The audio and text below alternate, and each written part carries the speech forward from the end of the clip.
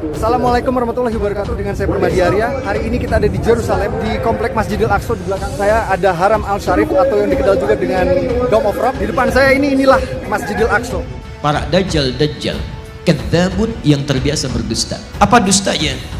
Ternyata bukan urusan dunia. Dustanya yuhadditsunakum bima lam tasma'uhu wa la yasma'unahu aba'ukum. Mereka akan banyak berdusta tentang urusan agama kalian.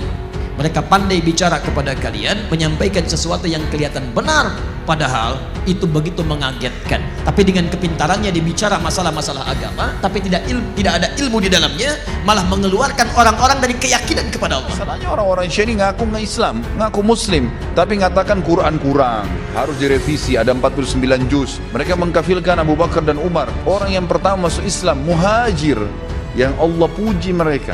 Disebutkan dalam Al-Quran, Allah sudah ridha dengan mereka. Dan kita sudah tahu Syiah ini kaum muslimin. Syiah ini adalah kelompok yang dibentuk oleh orang Yahudi. Buka mata kalian. Mereka ini kelompok yang sesat dan salah, tidak layak ada di tengah-tengah kaum muslimin. Permadi Arya alias Abu Janda mengatakan bukan tidak mungkin ada update Al-Quran oleh para khalifah setelah wafatnya Rasulullah. Pernyataan itu disampaikan pria yang sering dipanggil Abu Janda itu di akun Instagram pribadinya @permadiaktivis2 ketika membalas komentar dari warganet @gus_widi99 berkomentar sembari mempertanyakan postingan Abu Janda soal sejarah Masjid Al-Aqsa. Jadi ada kebohongan dalam Al-Quran, komentar @gus_widi99. Abu Janda lalu beraksi dengan membalas komentar tersebut. Bukan tidak mungkin ada update pada ayat yang dilakukan khalifah-khalifah setelah Nabi, tulis Abu Janda. Dan kita sudah tahu Syiah ini kaum muslimin. Syiah ini adalah kelompok yang dibentuk oleh orang Yahudi. Buka mata kalian. Mereka ini kelompok yang sesat dan salah. Mereka dibentuk oleh orang Yahudi yang bernama Abdullah bin Sabah, mengatasnamakan Islam, tidak layak ada di tengah-tengah kaum muslimin. Berkedok Islam ini lalu masuk di tengah-tengah jasadnya kaum muslimin, ini berbahaya. Orang-orang Syiah ini ngaku nggak Islam, ngaku Muslim, tapi ngatakan Quran kurang, harus direvisi, ada 49 juz. Si fulan kafir, si fulan laknat. Mereka mengkafirkan Abu Bakar dan Umar, orang yang pertama masuk Islam, muhajir, yang Allah puji mereka. Disebutkan dalam Al-Quran, Allah sudah ridha dengan mereka. Allah menyuruh, Allah mengatakan radhiyallahu anhum wa radu an, kekal dalam Al-Quran untuk para sahabat, dan itu terutama orang-orang muhajirin dan ansar, dan banyak ayat yang memuji masalah ini. Belum lagi hadis Nabi SAW, tentu mereka tidak akui hadis-hadis ini karena sahabat dikafirkan oleh mereka.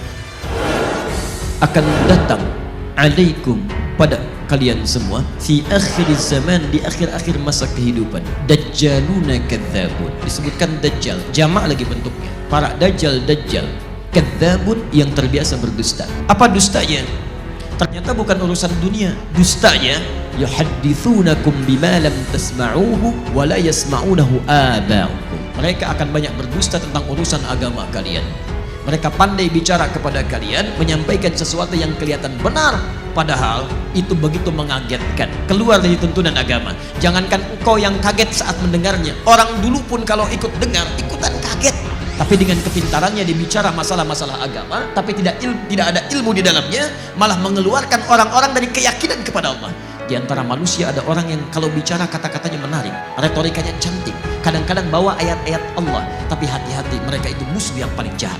Innakum idzam mithluhum. Kalau antum ikuti mereka, dengarkan pernyataannya, ikut kelasnya, baca bukunya, lama-lama antum seperti mereka juga nantinya. Sholat gak dikerjakan, azan di tempat ibadah orang lain, tiba-tiba belajarnya ke tempat yang ini. Komentar Abu Janda yang mempertanyakan kebenaran Al-Quran. Menurut Abu Janda, di dalam Al-Quran dijelaskan Rasulullah melakukan perjalanan Isra Mi'raj dari Masjid Haram ke Al-Aqsa, sementara Al-Aqsa baru dibangun setelah Rasulullah wafat. Dalam Al-Quran surat Al-Isra ayat 1 disebutkan bahwa pada Isra Mi'raj Nabi Muhammad melakukan perjalanan dari Masjidil Haram ke Masjid Aqsa. Padahal Masjid Aqsa baru ada dibangun setelah Nabi wafat. Wallahu a'lam bishawab, tulis Abu Janda. Siapakah yang membangun Masjidil Aqsa? Nabi Ibrahim alaihissalam. Dan jarak antara pembangunan Masjid Haram Mekah, Ka'bah, kan yang bangun Ibrahim dan Ismail kan, alaihimussalam, yang bangun kembali Ka'bah. Yang buat pertama Ka'bah Adam dan Syith, anaknya alaihimussalam. Kemudian dengan datangnya badai kiamat kecilnya Nuh, hancur semua termasuk bangunan Ka'bah.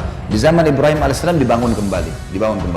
Setelah membangun Ka'bah, Masjid Haram dan menetapkan hukum haji, Ibrahim AS pulang kembali ke Palestina. Yang waktu itu istri pertamanya Sarah tinggal di sana. Istri keduanya Hajar tinggal di Mekah. Maka dia kembali lalu membangun Masjid Aqsa sesuai dengan perintah Allah. Sebagaimana dikatakan dalam hadis Bukhari, seorang sahabat bertanya, ya Rasulullah, mana masjid pertama yang dibangun di muka bumi? Kata Nabi SAW, Masjid Haram, Mekah, gitu kan, Ka'bah. Lalu kata sahabat tersebut, lalu masjid apa? Aqsa. Kata Nabi SAW, masjid kedua Masjid Aqsa. Kata sahabat tersebut, berapa lama jarak antara keduanya? Kata Nabi SAW, 40 tahun. Tentu Aqsa sudah direnovasi beberapa kali, termasuk Nabi Sulaiman alaihissalam membangun Aqsa itu, merenovasi kembali yang dibangun oleh kakeknya Ibrahim alaihissalam. Dan ada hadis yang sahih berbunyi, dan ini termasuk fadilah Aqsa, setelah Sulaiman alaihissalam selesai membangun, merenovasi lagi kembali Masjid Aqsa, maka dia meminta 3 hal, dan Allah ijabah semuanya. Yang pertama, minta agar hukumnya Sulaiman itu sesuai dengan hukum Allah. Semua yang dia terapkan sesuai dengan hukum Allah, gitu kan? Walaupun wahyu belum turun, ada keputusan, maka Allah setujui itu sesuai dengan hukum Allah. Allah pandu dan Allah terima. Kemudian yang kedua, minta kerajaan tidak layak untuk orang sesudahnya, dan juga Allah sudah kasih, bisa bicara sama jin, bisa terbang kemana-mana dibawa oleh angin, istananya dari kaca, semua hewan-hewan bisa dimengerti bahasanya. Dan yang ketiga, tidak ada siapapun yang datang sholat di Masjid Aqsa niatnya betul-betul sholat kecuali dibersihkan dosanya seperti baru dilahirkan oleh ibunya. Namun, saat ini komentar di unggahan postingan Permadi Arya tersebut telah dihapus setelah menuai kecaman publik.